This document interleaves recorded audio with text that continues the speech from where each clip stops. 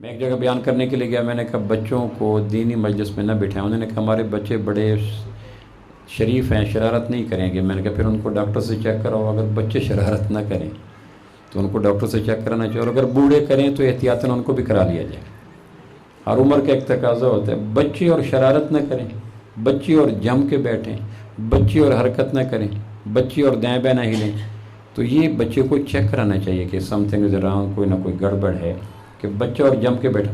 کہیں جی پروفیسر صاحب آپ گھبرائیں نہیں، ہمارے بچے جم کے بیٹھیں گے۔ میں نے کہا اگر جم کے بیٹھیں، شرارت نہ کریں، تو کسی نیورو فزیشین کو چیک کرا دیا جائے کہ بچہ شرارت نہیں کر رہا، اور اگر بوڑھا کسی کو انگلی چبھو رہا ہے تو احتیاطاً چیک اس کو بھی کرا لیا جائے کہ وجہ کیا ہے۔ عمر کے تقاضے کے مطابق کام ہونے چاہیے۔ امام شافعی بچپن میں عالم بن گیا، بچوں کو بڑوں کو حدیث پڑھا رہے تھے، حدیث پڑھاتے پڑھاتے اوپر سے چڑیا چڑا، وہ لڑتے لڑتے گتھم گتھا آ کے دیوانہ وار گرے۔ امام شافعی نے سر سے پگڑی اتاری اور ان کے اوپر ڈال دی، ادھر زبان سے حدیث پہ سنا رہے ہیں اور ادھر پگڑی سے ان چڑوں کو بھی قابو کیے ہوئے ہیں۔ تو بڑی عمر کے بچے جو لوگ جو حدیث سن رہے تھے انہیں، یہ کوئی ادھر قبیلہ کا آیا ہوا ہے، مدثر کہاں ہے؟ اب وہ باہر نہیں نکل رہے، اندر سے وار کر رہے ہیں کھڑے ہو کر۔ اب یہ 3 آیا نا، تو 3 باقیوں کو بلائیں گے۔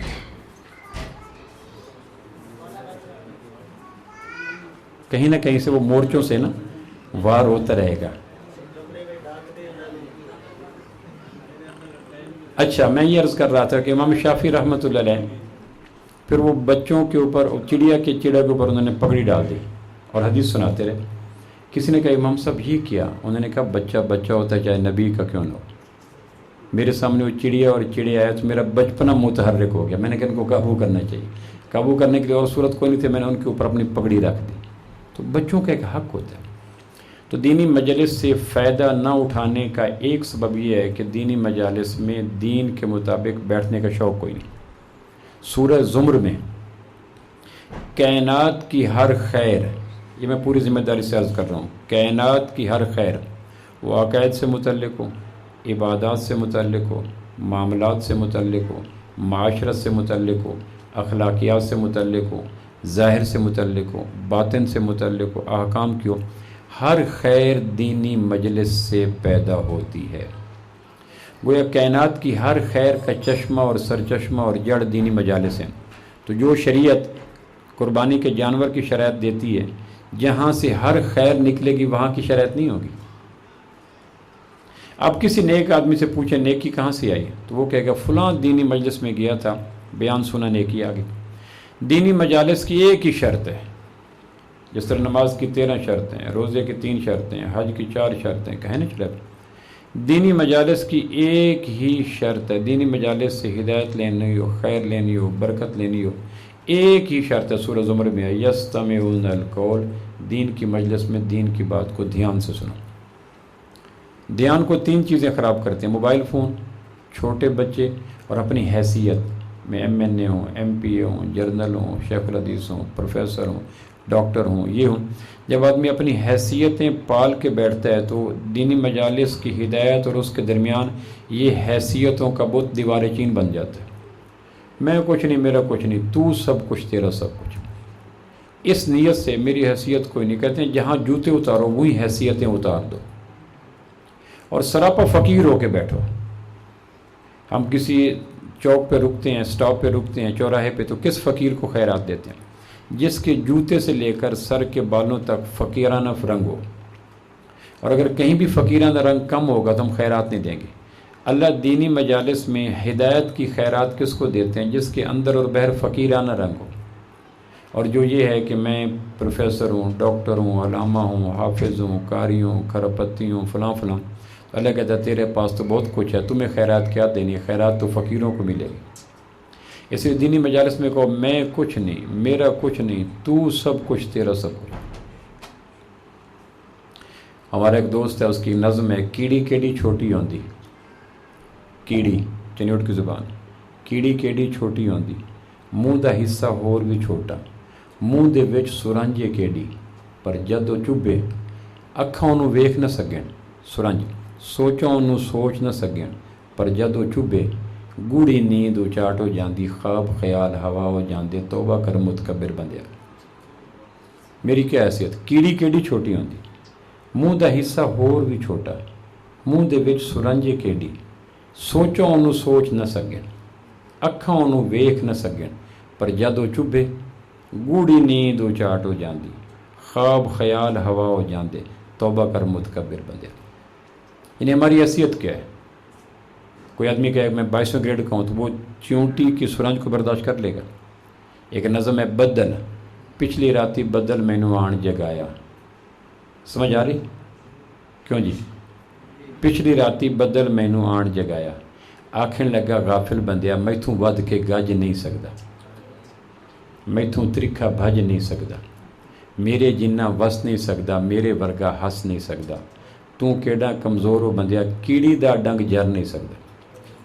میری ویکھ حقیقت غافل وعدے ایک چھٹے نے مینوں شیشے وچ وکھایا منہ دھوئیں دھوئیں دھوئیں دھوئیں، تو ہی ورد پکا لے بندیا میں بھی کچھ نہیں، میرا کچھ نہیں، تو ہی تو ہے تو ہی تو.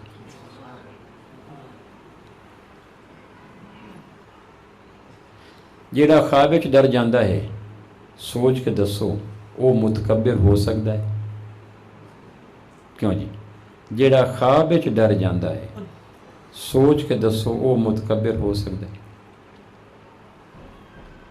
میں بھی پھونکتے اڑ ویندا ہاں غبارہ، وہ بھی پھونکتے اڑ ویندا ہے، میں بھی ماراں ایک کنڈے دی، وہ بھی مارے ایک کنڈے دی، میرے سا بھی بے اعتبارے، میں بھی ریاض غبارے ورگا ہکو پھونکا میرا مل. یعنی آدمی کو کوئی ہمت نہیں کہ کس بنا جو چیونٹی کا ڈنگ نہیں برداشت کر سکتا اس کو عہدے، لباس، گاڑی، موبائل، پیسے، فیکٹری، پلازے، اس پہ فخر کرنے کی کیا ضرورت؟ جو خواب میں ڈر جاتا ہے، جیڑا خواب وچ ڈر جاندہ ہے سوچ کے دسو وہ متکبر ہو سکتا ہے؟ تو دینی مجالس سے دنیا اور آخرت، نظر اور قبر، ہر خیریں دینی مجالس سے ملتی ہیں. دینی مجالس کی شرط صرف ایک ہے، یستمعون القول، دھیان سے بیٹھو. یہ جو میں نے 3 طرف سے مورچوں کے اوپر فوجی بٹھائے ہیں بریگیڈیئر نما، ایک طرف مدثر ہے، ایک طرف مبین ہے، ایک طرف متین ہے، یہ بڑے خوفناک وار کرتے ہیں چھوٹے بچے، ان کو سنبھالنا. یہ فی البدی خطیب ہوتے ہیں، ایک بچہ آ جائے کئیوں کو پریشان کرتا ہے. اللہ نے کرم کیا آج قرآن مجید میں تراویح کے اندر قرآن کی تکمیل کی مجلس میں مجھے اور آپ کو شریک ہونے کی توفیق نصیب فرمائی. سب سے پہلے مبارکباد دیتے ہیں اویس میاں کو کہ اللہ نے اس کے سینے کو قرآن کے حفظ کے لیے قبول فرمایا. اقبال کہتا ہے ہر سینہ نشیمن نہیں جبریل امی کا، ہر فکر نہیں طائر فردوس کا صیاد. آپ کسی کو کہیں کہ ہر علاقے میں بادام لگ سکتا ہے، انار لگ سکتا ہے، لاچی کا پودا لگ سکتا ہے، سیب کا پودا لگ سکتا ہے. خاص زمینیں ہوتی ہیں جن پہ یہ قیمتی پھلدار پودے لگتے ہیں، خاص سینے ہوتے ہیں جن میں 114 صورتوں کا باغ لگا کرتا ہے. اقبال کہتے ہیں ہر سینہ نشیمن نہیں جبریل امی کا، ہر فکر نہیں طائر فردوس کا صیاد. پھر قرآن کو حفظ کرنا اس کی شرعی حیثیت مستحب ہے.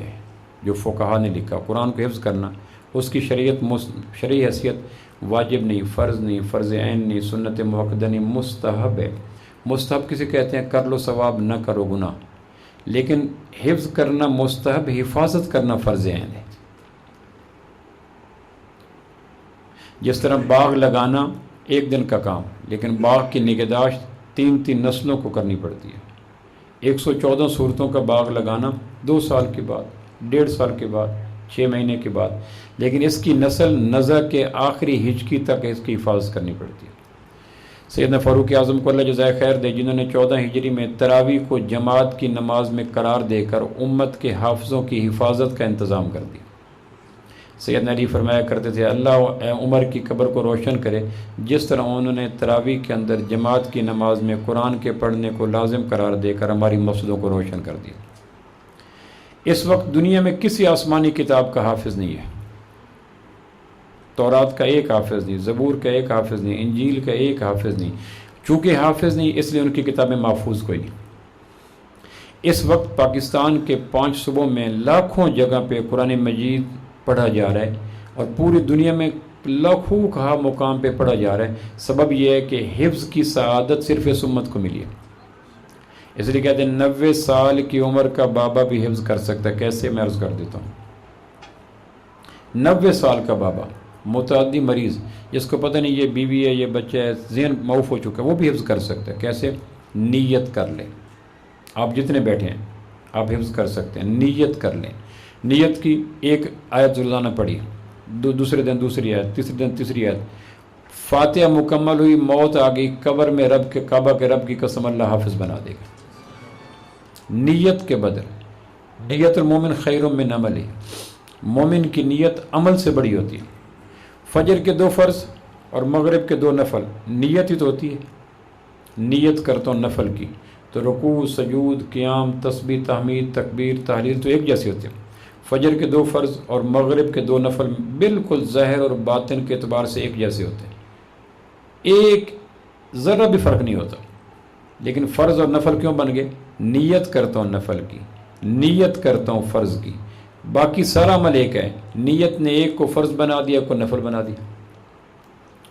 کتابوں میں لکھا ہے ایک آدمی شراب پیتا ہے, فقہا نے لکھا ہے, کم نصیبی سے عادی ہو گیا. ایک دن شراب نہ ملی, اس نے پانی اٹھا لیا. اب پانی پینا جائز ہے, سنت ہے. اس نے پانی پیتے ہوئے نیت کر لی شراب والے دور کی. بس سمجھے, نیت کا اتنا عمل دخل ہے انسانی زندگی میں. نیت کر لی شراب کے دور کی, ملا نہیں شراب. اس نے تصور میں, خوابوں میں, تصورات میں سوچا شراب پی رہا ہوں, اور پیا پانی, تو اس کو گناہ شراب کا ملے گا. کیوں؟ نیت اس نے اس کی کر لی. تو ایک آدمی نے نیت, آپ جتنے تشریف فرمائے, آپ نے نیت کر لی کہ میں نے قرآن حفظ کرنا ہے. چونکہ حفظ قرآن صرف آمنہ کے لال صلی اللہ علیہ وسلم کی برکت سے اس امت کا خاص ہے. تورات موسیٰ اور ہارون علیہ السلام کے علاوہ کسی کو یاد نہیں تھی. انجیل عیسیٰ اور عزیر علیہ السلام کے علاوہ کسی کو یاد نہیں تھی. زبور داؤد علیہ السلام کے علاوہ کسی کو یاد نہیں تھی. لیکن قرآن مجید اس وقت دنیا میں لاکھوں نہیں کروڑوں حفاظ پھر رہے ہیں. کیوں؟ اللہ نے قرآن مجید کو محفوظ رکھنا تھا. تو اللہ نے کرم کیا, قرآن مجید کی تکمیل کی سعادت حاصل کی. اویس کی وجہ سے ہم سارے جمع ہو گئے. اللہ ان کو مبارکباد دے اور حفظ کے ساتھ حفاظت کی توفیق نصیب فرمائے. اکثر کتنے ہمارے بچے حافظ ہوں گے, لیکن اس وقت کتنے اللہ حافظ ہو چکے ہیں؟ آپ کی برادری کے کتنے حافظ ہوں گے, لیکن اللہ حافظ ہو گئے. انہوں نے حفظ مکمل کیا, حفاظت نہ کی. حفاظت کا مرحلہ حفظ سے 1000 گنا مشکل ہوتا ہے. حفظ نہ کرو گناہ کوئی نہیں, کیونکہ مستحب ہے. آپ میں سے کتنے غیر حافظ بیٹھے ہیں, ایک گناہ نہیں ان کے اوپر. لیکن حفظ کرنے کے بعد حفاظت نہ کی تو پھر گناہ کبیرہ ہے. کیونکہ حفظ مستحب ہے, حفاظت فرض عین ہے. اور اویس کو اللہ نے یہ بھی توفیق دی کہ اللہ نے حفظ بھی کروایا اور اللہ نے حفاظت کا توفیق بھی عطا فرمائی. اللہ یہ توفیق ہمیشہ مبارکباد رکھے. قرآن مجید اصل سمجھنے کے لیے اترا. میں صرف 5 باتیں قرآن مجید کے حوالے سے آج کر دیتا ہوں, ایک اچھی محفل میں ہے. قرآن میں 5 باتیں صرف فرض کا. سب سے پہلی بات جو قرآن میں کہتا ہے وہ کہتا ہے یقین صحیح رکھو. للہ ما فی السماوات وما فی الارض وما بینہما وما تحت الثری. اللہ ہی کا ہے جو آسمانوں میں ہے, اللہ ہی کا ہے جو زمینوں میں ہے, اللہ ہی کا ہے جو درمیان میں ہے, اور اللہ ہی کا ہے جو زیر زمین ہے. گویا زیر زمین, بالائے زمین, زیر آسمان, بالائے آسمان, ابتدائے شرق, انتہائے غرب, ابتدائے شمال, انتہائے جنوب, تحت الثری, سدرۃ المنتہا, پوری کائنات میں ریگنے والے, تیرنے والے, اڑنے والے, بھاگنے والے, مضر مفید, نیک بد, چھوٹے بڑے, نوری ناری, سب پہ قبضہ قدرت بلا شرکت غیر اکیلے اللہ کا. اس کو کہتے ہیں عقیدے کی درستگی. کائنات میں جو ہو رہا ہے, جو ہو چکا, جو ہوگا, وہ ہوا, وہ ہو رہا ہے, وہ ہوگا جو اکیلا اللہ چاہے گا. اس کی دلیل یہ ہے کہ اگر جس آدمی کا یقین درست ہے, اس کی پہچان کیا ہے؟ تھرمومیٹر لگا کے پتہ کرتے ہیں نا, بخار 102 پہ ہے, 90 پہ ہے, ڈاکٹر چیک کر کہتا ہے شوگر ہے, بخار کوئی نہیں. جس آدمی کا یقین درست, اس کی پہچان کیا ہے؟ نماز کے وقت کسی اور مصروفیت میں اگر نظر آ جائے تو اس کا یقین درست نہیں ہے. یقین کی درستگی کا تھرمومیٹر یہ ہے کہ ایک آدمی دکان کے نماز کے وقت دکان میں بیٹھا ہے, وہ بیت اللہ میں کہے میرا یقین درست ہے, تو جھوٹ بول رہے ہیں. اگر اس کا یقین اللہ کی ذات پہ ہوتا تو اللہ کے منادی نے وضو کر کے مسجد کے اندر, مسجد حلف, وضو حلف, قبلہ رو حلف, اذان حلف کا حی علی الصلاح, حی علی الفلاح. لوگوں کائنات میں سے فلاح نچڑ کر مسجد میں آ گئی. اب دکان پہ, تجارت میں, زراعت میں, دفتر میں, ملازمت میں, کہیں بھی فلاح کا ذرہ بھی موجود نہیں ہے. جس طرح 3 دفعہ آپ بیلنے کے اندر گندہ ڈال دیں تو اس کے بعد آپ 1000 کوشش کریں، ایک بھی ذرہ ایک رس نہیں نکلے گا۔ اذان کے لمحات میں پوری کائنات سے فلاح، برکت، عزت، صحت، فائدہ نچڑ کر مسجد کے اندر آ جاتا ہے۔ تو پہلی چیز جو قرآن میں بتاتا ہے وہ کہتا ہے یقین درست رکھو، اللہ کی ذات سے ہوتا ہے، وہ غربت سے دولت لائے، پستی سے بلندی لائے، پریشانی سے قرار لائے، زوال سے عروج لائے، جہالت سے علم لائے، گمراہی سے ہدایت لائے، جو چاہے کرے، اسے کچھ کرنے کے لیے کچھ کرنا نہیں پڑتا۔ اس کے ارادے کا نام وجود، خواہش کا نام تکمیل۔ یہ یقین آدمی کو خودکشی پہ نہیں آنے دیتا، ڈپریشن میں نہیں جانے دیتا، پریشان نہیں ہونے دیتا، جی حضوری نہیں کرنے دیتا، چاپلوسی نہیں کرنے دیتا، خوشامد نہیں کرنے دیتا۔ آدمی ہمالیہ کی طرح کھڑا ہو کے کہتا ہے اس مالدار سے، نواب سے، خان سے، سیٹ سے، پیس والے سے ٹکے کا نہیں ہوتا، ہوتا وہ ہے جو میرا اللہ چاہتا ہے۔ خود ہی سلامت اگر یقین ہو تو یہ پیام دے گئی ہے مجھے بعد صبح ہو گئی، کہ خود ہی کے عارفوں کا ہے مقام پادشاہی، تیری زندگی اسی سے، تیری آبرو اسی سے، جو رہی خودی تو شاہی، نہ رہی تو روسی آئی۔ اقبال کہتا ہے یقین اگر ہے تو تمہارا چہرہ روشن ہے، اور یقین اگر نہیں ہے تو تمہارا چہرہ سیاہ ہے۔ یہ پیام دے گئی ہے مجھے بعد صبح ہو گئی، صبح کی ٹھنڈی ہوا پاکیزہ آ کے میرے کان میں پیغام دے گی کہ خود ہی کے عارفوں کا ہے مقام پادشاہی۔ اقبال جن کا یقین درست ہوتا ہے وہ جھونپڑوں کے اندر بھی بادشاہ ہوتے ہیں۔ تیری زندگی اسی سے، تیری آبرو اسی سے، جو رہی خودی تو شاہی، نہ رہی تو روسی آئی۔ اگر اللہ آپ کا یقین درست ہے تو آپ فقیروں کے بادشاہ ہیں، گمنام ہو کے شہرتوں کی پہاڑوں پرندوں میں بیٹھے ہیں، اور اگر یقین نہیں ہے تو سب کچھ کے باوجود آپ رینگ رہے ہیں، کرولنگ کر رہے ہیں، بھوکے مر رہے ہیں، قسط میں مر رہے ہیں۔ پورے قرآن کا پہلا خلاصہ یہ ہے۔ اس کو رمضان کی ساعتوں میں مانگا جائے کہ اللہ میرا یقین درست کر دے۔ اگر یقین درست ہو گیا تو اس کی پہچان یہ ہوگی کہ مصلی بچھا ہوگا، ہاتھ پھیلا ہوگا۔ گھروں میں خواتین کا یقین کیسے پرکھا جائے؟ شوگر ٹیسٹ کرنے کا آلہ ہوتا ہے، بی پی ٹیسٹ کرنے کا آلہ ہوتا ہے، بخار ٹیسٹ کرنے کا آلہ ہوتا ہے۔ یقین ٹیسٹ کرنے کا آلہ کیا ہے؟ اس کا آلہ یہ ہے کہ جب کوئی مسئلہ ہوگا مصلی بچھے گا، ہاتھ پھیلے گا۔ جس گھر کے 10 کمروں میں ایک کمرہ بھی پریئر ہال کا نہ، اس گھر والوں کی بد نصیبی پہ کتنا ماتم کیا جائے۔ آپ سوچ سکتے ہیں یہ بیڈ روم ہے، یہ ڈرائنگ روم ہے، یہ گیسٹ روم ہے، یہ فلاں روم ہے۔ تمہارے گھر میں کوئی پریئر روم ہے کہ کوئی نہیں؟ کہ تمہارے گھر والوں کے اوپر آسمان کے ستارے بھی ماتم کریں تو بھی تمہاری ذہنیت کی غربت کا حق ادا نہیں ہو سکتا۔ اتنے کنال کا گھر، 6 مرلے کا گھر، 2 کنال کا گھر، اور ایک کمرہ بھی نہیں ہے جہاں مصلی بچھو، ہاتھ پھیلو۔ ہمارے فیصل آباد کے اگر ہم 1 کروڑ گھر قرار دیں تو کتنے گھروں کے اندر ایمانداری سے کہیں ایک کمرہ صرف جائے نماز کے لیے ہے کہ ہمیں جب وہ پریشانی ہو، بیماری ہو، تکلیف ہو، مصیبت ہو، ہمارے گھر میں 1 کمرہ ہے، ہم مصلی بچھے ہوتے ہیں، قرآن رکھے ہوتے ہیں، ریل پڑے ہوتے ہیں، تسبیح لٹکی ہوتی ہیں، ہمیں جب بھی مجبوری ہو ہم اس مصلی میں اس کمرے میں چلے جاتے ہیں۔ ہمارے گھروں کے اندر تو جائے نمازیں رولتی پھرتی ہوتی ہیں۔ یہ ہے یقین سے محروم لوگوں کے گھروں کی پہچان۔ سب سے پہلے کائنات میں پریئر ہال نما گھر صدیق اکبر نے کائنات کے اوپر بنایا ہے امت مسلمہ میں۔ ہمارے گھروں میں جب نقشہ بنواتے ہیں تو کوئی جگہ ہوتی ہے ایمانداری سے کوئی جائے نماز کے لیے؟ ایک کمرہ، سٹور میں بھی ہوتا ہے جہاں بیکار، نکمی، نکھٹو چیزیں پڑی ہوں، اس کے لیے بھی ایک کمرہ ہوتا ہے۔ اور جب گھروں میں جائے نماز کے لیے کمرہ کوئی نہیں تو دنیا کی کہیں غلاظت ہو کیبل کے ذریعے ہمارے گھروں میں پہنچ رہی ہے۔ تو قرآن کی پہلی تعلیم یہ ہے کہ یقین سنبھالو، تیری زندگی اسی سے، تیری آبرو اسی سے، جو رہی خودی تو شاہی، نہ رہی تو روسی آئی۔ یہ نغمہ فصل گل و لالہ کا نہیں پابند، بہار ہو یا خزاں، لا الہ الا اللہ۔ میں اکثر کہا کرتا ہوں کہ جگہ میں لیکچر دے رہا تھا، میں نے کہا میرے بس میں ہو تو شہروں کے جتنے لگے ہوتے ہیں نا وہ ٹولٹ، بڑے بڑے لوہے کے لگے ہوتے ہیں جہاں اشتہار لوگ لگاتے ہیں، پبلسٹی کے بورڈ لگاتے ہیں، سائن بورڈ لگے ہوتے ہیں، لکھا ہوتا ہے ٹولٹ۔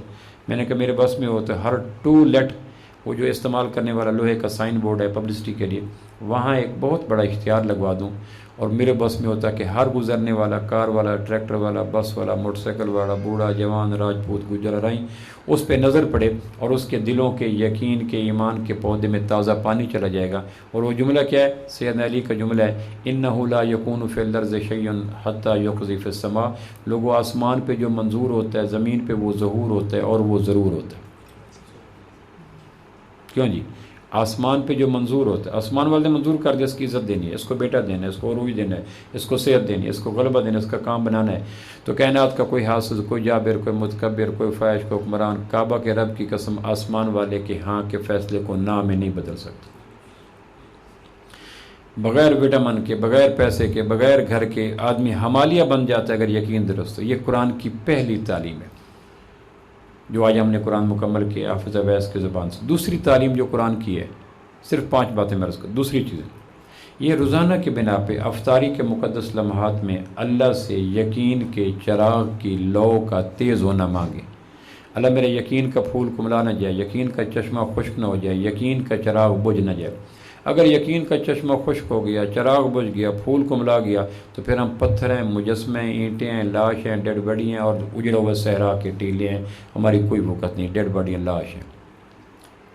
مسلمان کی ساری طاقت یقین کے بقدر ہے، باقی طاقتیں یہودیوں کے ہیں، سکھوں کے ہیں، عیسائیوں کے ہیں، گریڈ کی، قوم کی، ذات کی، رنگ کی، پیسے کی، مصنوعات کی، ایجادات کی، اکتشافات کی، برادری کی۔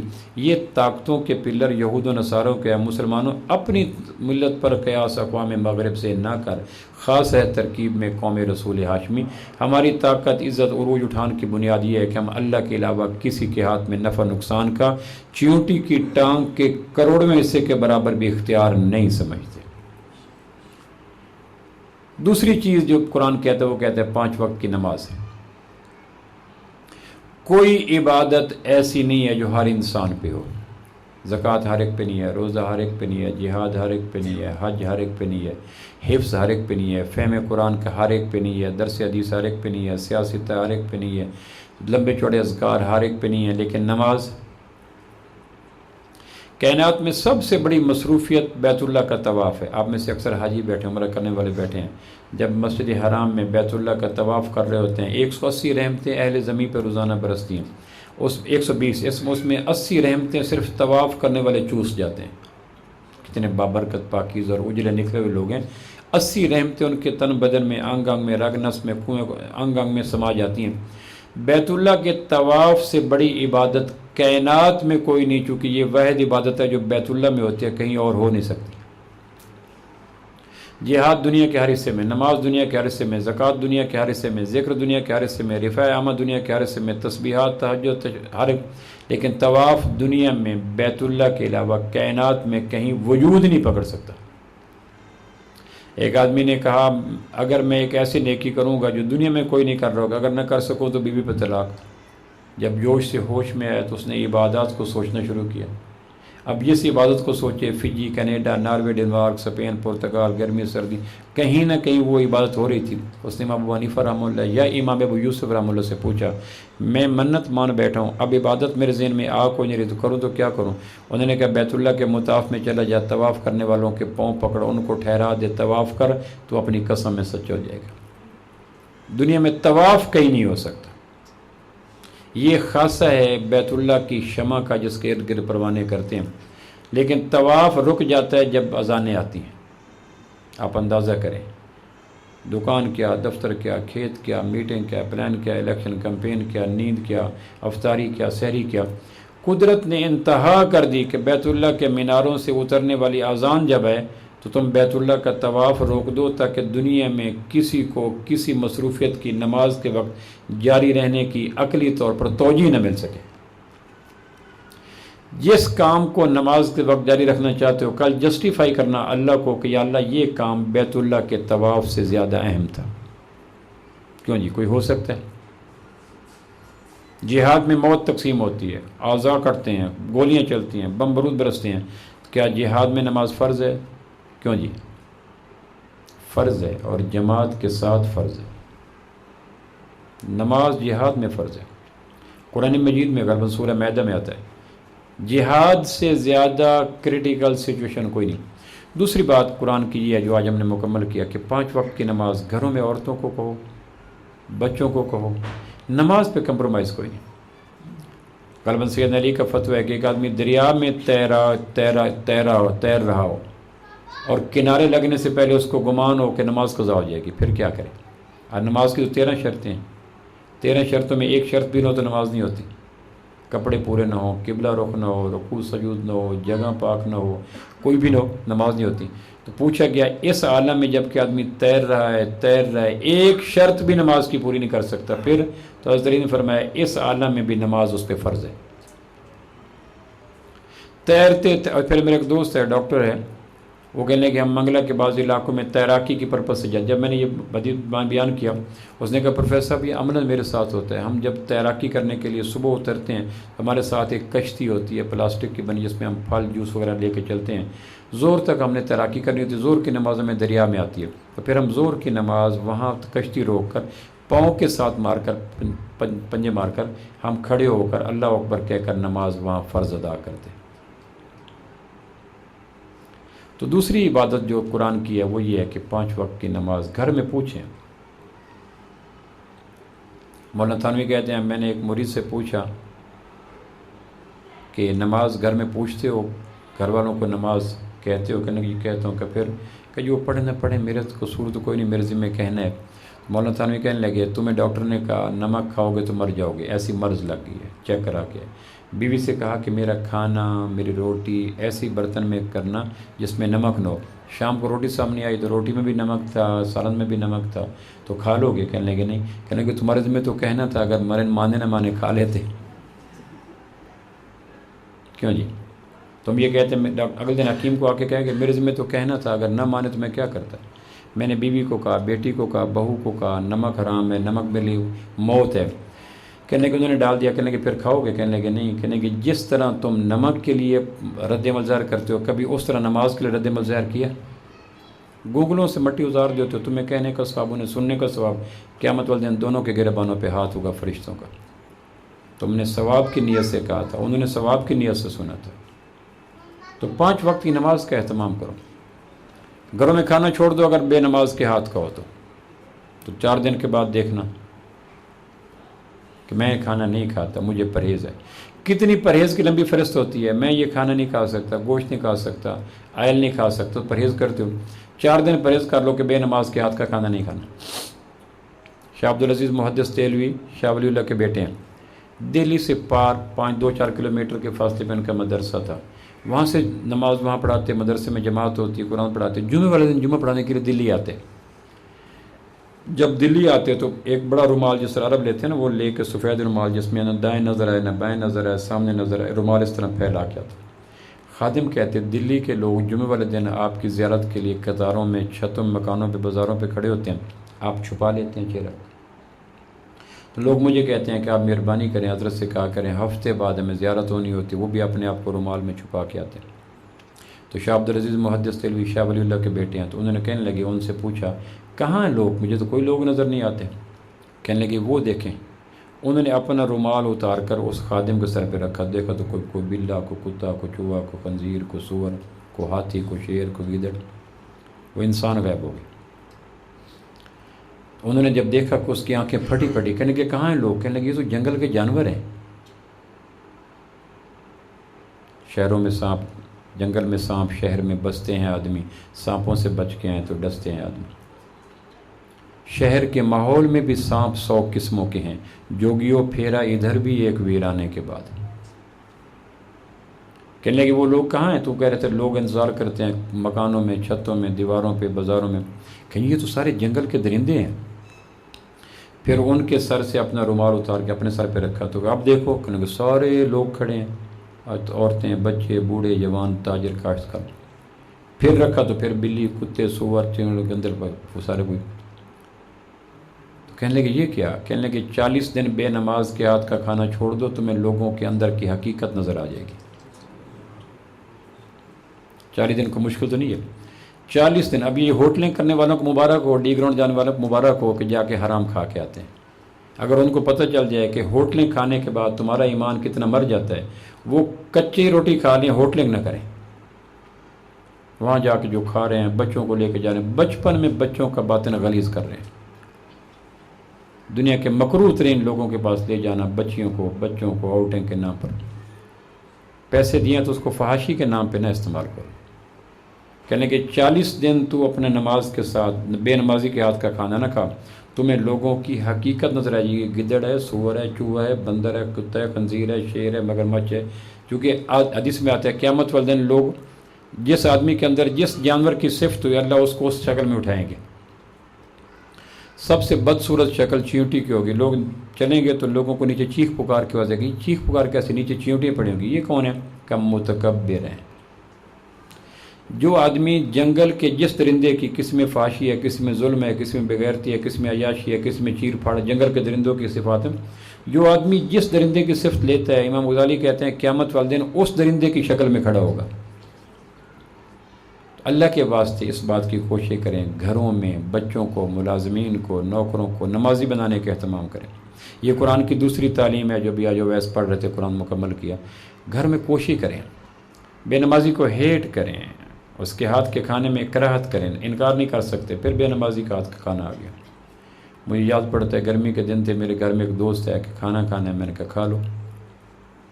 کہا پرہیز ہی کھانا ہے. میں نے کہا گوبھی پکی ہوئی ہے. کہنے کہ نہیں میرا پرہیز اور ہے. میں نے کہا کیا؟ کہنے کہ بے نمازی کے ہاتھ کا نہیں کھانا. میں آ کے بھوکا مر سے انشاءاللہ. اگر یہ تیری شرط ہے نا تو بانگا دے سے چنے کھو سے پانی پی سے بھوکا مر سے. کہنے لگے کیوں؟ میں نے کہا جی کیوں؟ کہنے لگے بے نمازی کے ہاتھ کا کھانا نہیں کھانا، مجھے پرہیز ہے. اتنے دن ہو چکے ہیں اور لوگوں کی حقیقت مجھے نظر آنا شروع ہو گیا. میں اٹھ کے چلا گیا. میں نے کہا میرے متعلق کیا تبصرہ کرے گا؟ پورا افریقہ کا جنگل بند سنور کے بیٹھا ہے. یہ شکر کریں بے نمازیوں کے ہاتھ کا کھانا کھانے والے کوئی نہیں، ورنہ لوگ تمہارے ساتھ شادیاں نہ کریں، سلام نہ کریں، مصافحہ نہ کریں، معانقہ نہ کریں. شکر کرو کہ بے نمازیوں کے کھانے والے پھرتے ہیں، جس سے ہمارے میاں صاحب، خان صاحب، سیٹھ صاحب، چوری صاحب، فلاں عزتیں ہوتی ہیں. حقیقت کھول جائے تو لوگ تھوکے نہ. اس لیے کہتے ہیں 5 وقت کی نماز کا اہتمام کرو اگر برکت چاہتے ہو. یہ قرآن کا دوسرا ہے. قیامت والے دن پہلا سوال کیا ہوگا؟ فرمائیں جی. حقوق العباد کی نہیں، حقوق اللہ کی کچہری میں پہلا سوال ہوگا نماز چیک کرو. یا اللہ اس کی زکوٰۃ ہے، روزہ ہے، حج یا جہاد ہے. کہنے نماز چیک کرو. کمپلسری سوال نماز ہے. باقی کوئی عبادت ایسی نہیں ہے جو ہر شخص پہ ہو. تیسری چیز جس پہ قرآن زور دیتا ہے وہ یہ ہے کہ آمد اور خرچ پہ نظر رکھو. دنیا میں ہر شخص کماتا بھی ہے، خرچ بھی کرتا ہے. ہر آدمی کا سورس آف انکم ہے نا، یا تجارت ہے، زراعت ہے. 5 بڑے بڑے ذرائع معاش ہیں. یا تجارت کے ذریعے کمائے گا، یا زراعت کے ذریعے کمائے گا، یا صنعت اور فروغ کے ذریعے کمائے گا، یا مزدوری کے ذریعے کمائے گا، یا ایوان اقتدار میں جا کے کمائے گا. یہ 5 ہے. ان 5 ذرائع معاش میں سے جو ذریعہ معاش میں نے آپ نے اپنے لیے انتخاب کیا اس کے اوپر گہری نظر رکھنا، خوردبین نما کہ اس میں حرام تو نہیں آ رہا. یہ قرآن کی تیسرا حکم ہے. ایک آدمی اس پہ نظر نہیں رکھتا، جو ہے کھاتا جائے. یاکلون کما تاکل الانعام. آج میں ایک کلپ ریکارڈ کروا رہا تھا کہ وہ ایسے کھاتے جیسے جانور کھاتے ہیں. قرآن میں آتا ہے بعض لوگوں کو اللہ نے کنڈیم کیا نا، ایسے کھاتے ہیں جیسے جانور کھاتے ہیں. جانور حلال حرام کی پہچان کرتے ہیں؟ بولو جی. جانور بیٹھ کے کھاتے ہیں کھڑے ہو کے؟ جانور دوسرے کو ساتھ کھانے دیتے ہیں؟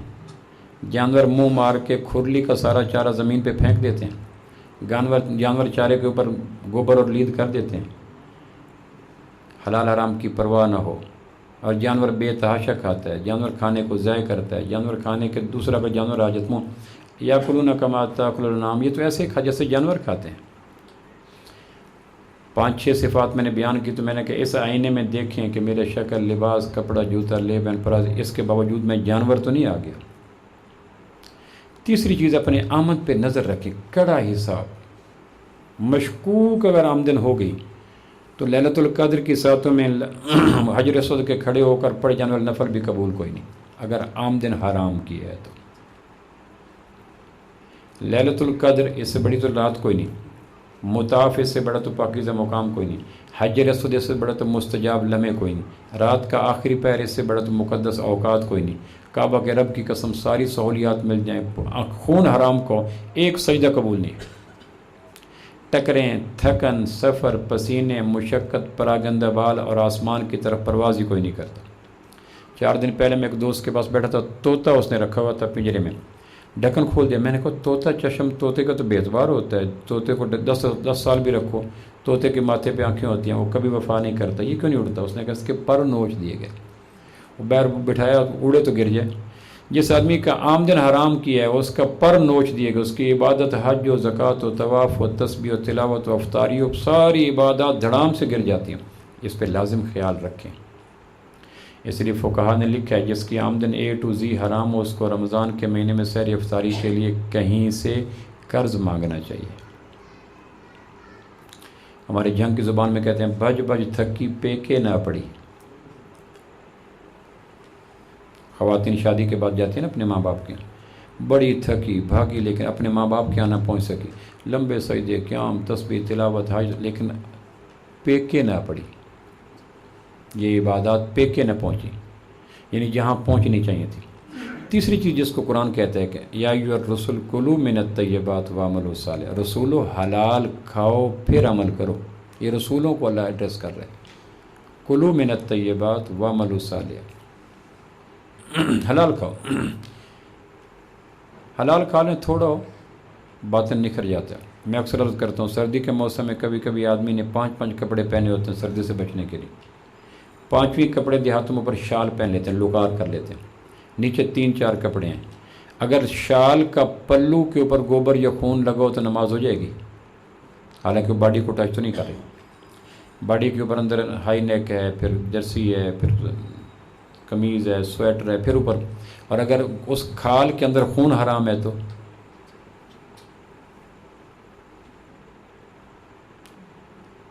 پانچویں مقام پہ شال کا پلو جو براہ راست کھال کو مس نہیں کر رہا، اگر وہ ناپاک ہے تو نہیں ہے، اور جو کھال خود حرام ہے۔ تیسری چیز یہ ہے کہ اپنے آمد اور خرچ کو قائم رکھیں، اس پہ کڑی نگاہ رکھیں، دھوکہ جھوٹ ملاوٹ فلاں فلاں بج سکی پے کے نہ پڑی۔ یہ قرآن کا مزاج ہے، قرآن سمجھانے کے لیے آیا تھا، معاذ تسبیح تلاوت کے لیے نہیں آیا تھا۔ آپ اندازہ کریں قرآن مجید میں ایک آیت نہیں ہے کہ حفظ کرو، ایک آیت نہیں ہے، لیکن قرآن مجید میں سینکڑوں آیتیں ہیں کہ سمجھو۔ حدیث میں حفظ کے بے شمار فضائل ہیں اور قرآن کی حفاظت کے لیے حفظ بڑا ضروری ہے، لیکن میں بات کر رہا ہوں قرآن میں یاکلون تاکلون تشعرون یستفقہون یفقہون کہ قرآن سمجھو سمجھو سمجھو۔ چوتھی نیکی جو قرآن مجید کے حوالے سے میں عرض کرنا وہ یہ ہے کہ گرد و پیش جو انسانی مخلوقات ہیں ان کو سینگ نہ مارے کریں، بیوی ہے، بچے ہیں، بہن ہیں، بھائی ہیں، پڑوسی ہیں، رشتہ دار ہیں، یتیم ہیں، بیوہ ہے، مسکین ہے، ماتات ہیں، ملازم ہے، بیٹی ہے، بہو ہے، سینگ مارنے کے روش چھوڑیں، یعنی انسانوں کو اذیت نہ دیں۔ تمام عمر سے احتیاط میں گزری کہ آشیاں شاخ نازک پہ کہیں بار نہ ہو۔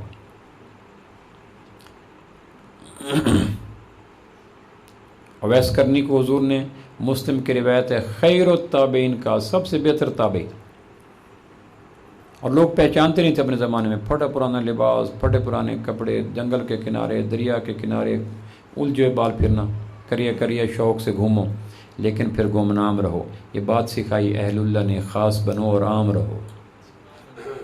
اس کی عملی تفسیر اویس کرنی رحمۃ اللہ علیہ تھے، لوگوں سے کم ملتے تھے۔ کسی نے کہا لوگوں سے ملتے کیوں نہیں؟ کہا لوگوں سے ملے بغیر دعا کرنا بہتر ہے مل کے ان کو سینگ مارنے سے۔ سینگ مارنا جانوروں کا کام ہے، غیبت کی، چغلی کے، حسد کا، دھوکوں کا، ذلیل کرنا بیوی کو، بچوں کو، پڑوسی کو، رشتہ داروں کو، یہ بڑا کبھی جرم ہے۔ مخلوق کی اذیت کرنے والا کسی عبادت کے ذریعے خالق تک ایکسیس نہیں پا سکتا، یہ پکی ٹھکی بات ہے۔ مولانا تھانوی نے ایک جملہ لکھا فقہا کا، حق العبد خیر من حق اللہ، بندوں کا حق کبھی کبھی اللہ کے حق سے بڑھ جاتا ہے۔ اس کی وجہ کیا لکھی ہے کہ بندوں کا حق حاجت کی وجہ سے ہوتا ہے، اللہ کا حق عظمت کی وجہ سے ہوتا ہے۔ ماں کو دوائی نہ دی، ماں کو دھوپ پہ چھاؤں پہ نہ بٹھایا، باپ کو، تو یہ مر جائیں گے۔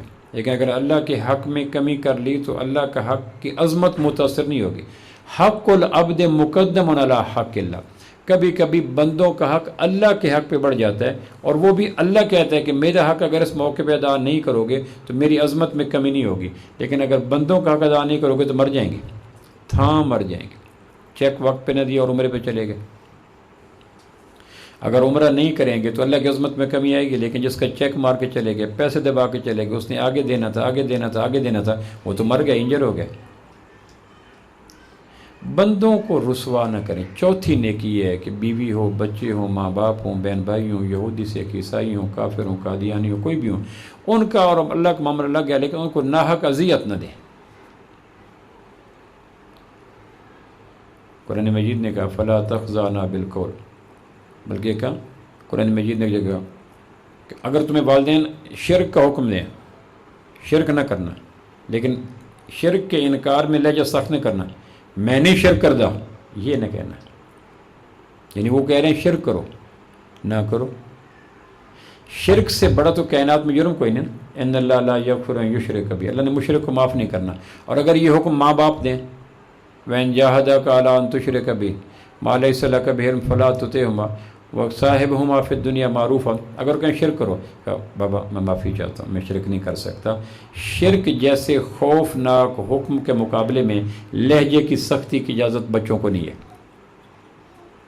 اور اگر کہ موبائل بند کر دو، دھڑام سے دروازہ بند کیا، جلدی آ جائے کرو، لال پیلم آ جاؤں گا، اللہ کہتا ہے میں نے تو کہا تھا شرک کے حکم کے مقابلے میں بھی لہجے کی نفاست، نرمی، شیرینی، پولائٹنس، پاکیزگی، وہ مدھم نہ ہو۔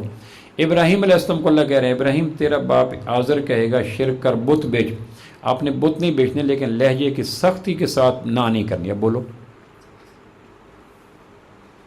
اس طرح بچوں سے پیار سے بلائیں۔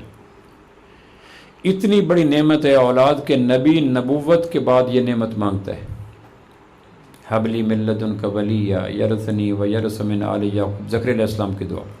اگر اللہ بیٹا دے، بیٹی دے، 2 دے، 4 دے، اتنی بڑی نعمت ہے کہ نبی نبوت کے ملنے کے بعد بھی اس نعمت کی طلب رکھتا ہے، تو کتنی بڑی نعمت ہے۔ غلطی ہوگی، کمی کوتاہی ہوگی تو پیار محبت بچوں کے ساتھ رکھو۔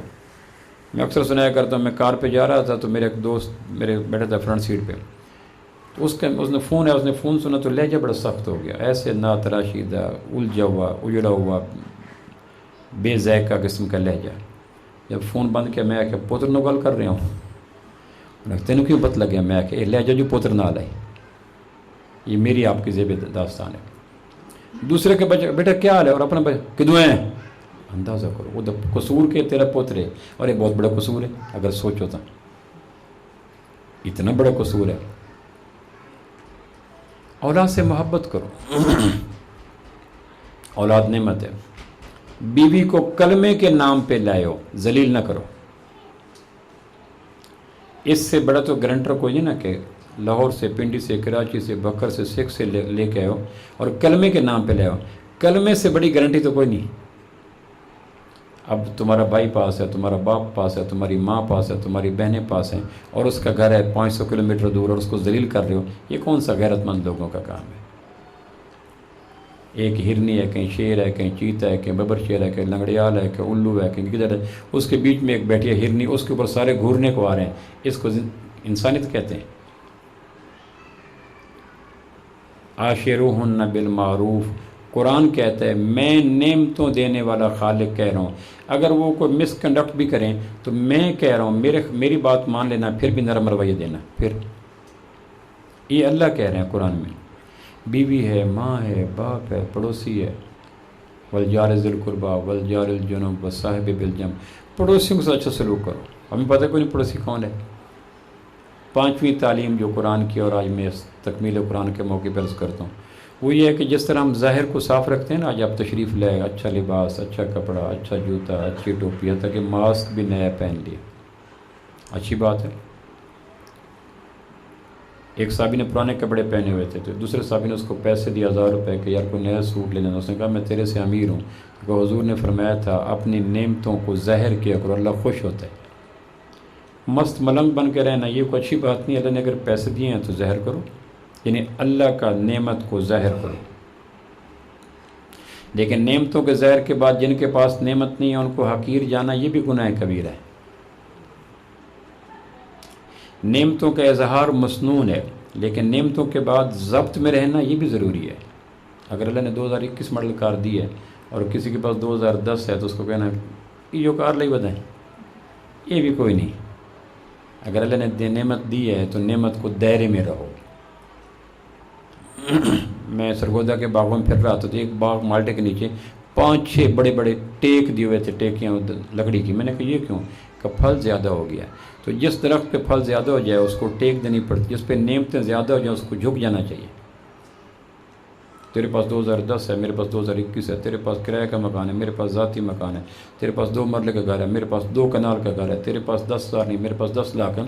تو یہ جتنی نعمتیں بڑھتی جائیں، سرگودا کے موسمیوں کی طرح شاخوں کو جھکنا چاہیے، نہ کہ مری کے پودوں کی طرح اکڑ جانا چاہیے۔ 5ویں چیز جو قرآن کہتا ہے وہ کہتا ہے روح کو پاک رکھو، صاف رکھو، اس کو تزکیہ نفس کہتے ہیں۔ دیکھو تو سلوٹوں سے بھری ہے تمام روح، سوچو تو ایک شکن بھی نہیں ہے لباس میں۔ کوشش کریں گے جی۔ رمضان کے معنی یہی ہیں۔ رمضان کے 3 معنی ہیں۔ ایک معنی جلانا، جس طرح ہم غلط کوڑا کرکٹ کو جلا دیتے ہیں نا، گھر میں جب صفائی کرتے ہیں کچھ بفر مالنے کو اس کو آگ لگاتے ہیں۔ سال بھر میں جو گناہ ہوتے ہیں اس کو جلانے کے لیے مہینہ رمضان آتا ہے۔ دوسرا معنی بھائی عتیق صاحب، رمضان کا معنی ہے بارش۔ 11 مہینے ایمان کے پودے پہ گرد و غبار آتی ہے، 12ویں مہینے رمضان کی بارش پرستی ہے تاکہ ایمان کا پودا دھل جائے، صاف ہو جائے۔ رمضان کے معنی ہے بارش۔ 10-12 گھنٹے کام کر کے ہم آتے ہیں تو اندر باہر سے پسینہ ہوتا ہے، کچھ میل اندر سے نکلی، کچھ باہر سے نکلی۔ بیوی کہتی ہے شاور لے لو، نہا لو، تو نہانے کے بعد طبیعت کھل اٹھتی ہے۔ 11 مہینے کی جو میل کچیل ہوتی ہے، اللہ 24 گھنٹے 30 دن بارش برساتا ہے تاکہ ان کے اندر اور باہر دھل جائے، میل کچیل دور ہو جائے۔ 29 کے بعد کہتے ہیں یا اللہ کل عید ہو جاوے نا۔ اللہ کہتا ہے کڑمے میں ایک دن اور بارش بساونے تاکہ تیرا گند من دھل جائے، کہ یا اللہ بس اگر 29 دو بیٹھے ہیں جو ایک دن دعاؤں میں۔ میرے ایک بیری تھی 2 سوانیاں، اس کی تو فون دوے نو اس کہ دعا اندر سوانی تو نہیں سن دی پی ہیں۔ چلو مقدر جنہ دی آئی ہوئی ہیں، ساڑھے تو ہی کوئی نہیں آئی۔ ایک بیری تھی 2 سوانیاں پایا ٹھیک صاحب، اس دوے نے آخیا دعا کہ جو دعا کرے لڑن نہیں، اس کہ اللہ انہوں اوکھا نہ کرے نہ لڑنے۔ 2 سوانیاں امیر پاک، اس دوے دوست نے آخیا دعا کر لڑن نہیں، اس کہ اللہ انہوں اوکھا نہ کرے نہ لڑنے کر مل۔ کوئی اور دعا مانگ جی منگن والی ہے، یہ کرم والی ایک نہیں لڑن تو باز ہم دی۔ حالانکہ حدیث میں آتا ہے رمضان پہ غلاموں پہ نرمی کرو چاہے شوہر ہی کیوں نہ ہو۔ حدیث میں نہیں آتا، غلاموں پہ نرمی کرو، ہے نا، چاہے یہ ہوں خوش ہو، یہ ہوں گھر سے جا کے غلاموں پہ نرمی کرو، چاہے نرمی کرنی چاہیے۔ تو رمضان کے تیسرے معنی ہیں آلات جنگ کو تیز کرنا۔ سال بھر ہمارے 2 دشمن ہیں، نفس اور شیطان۔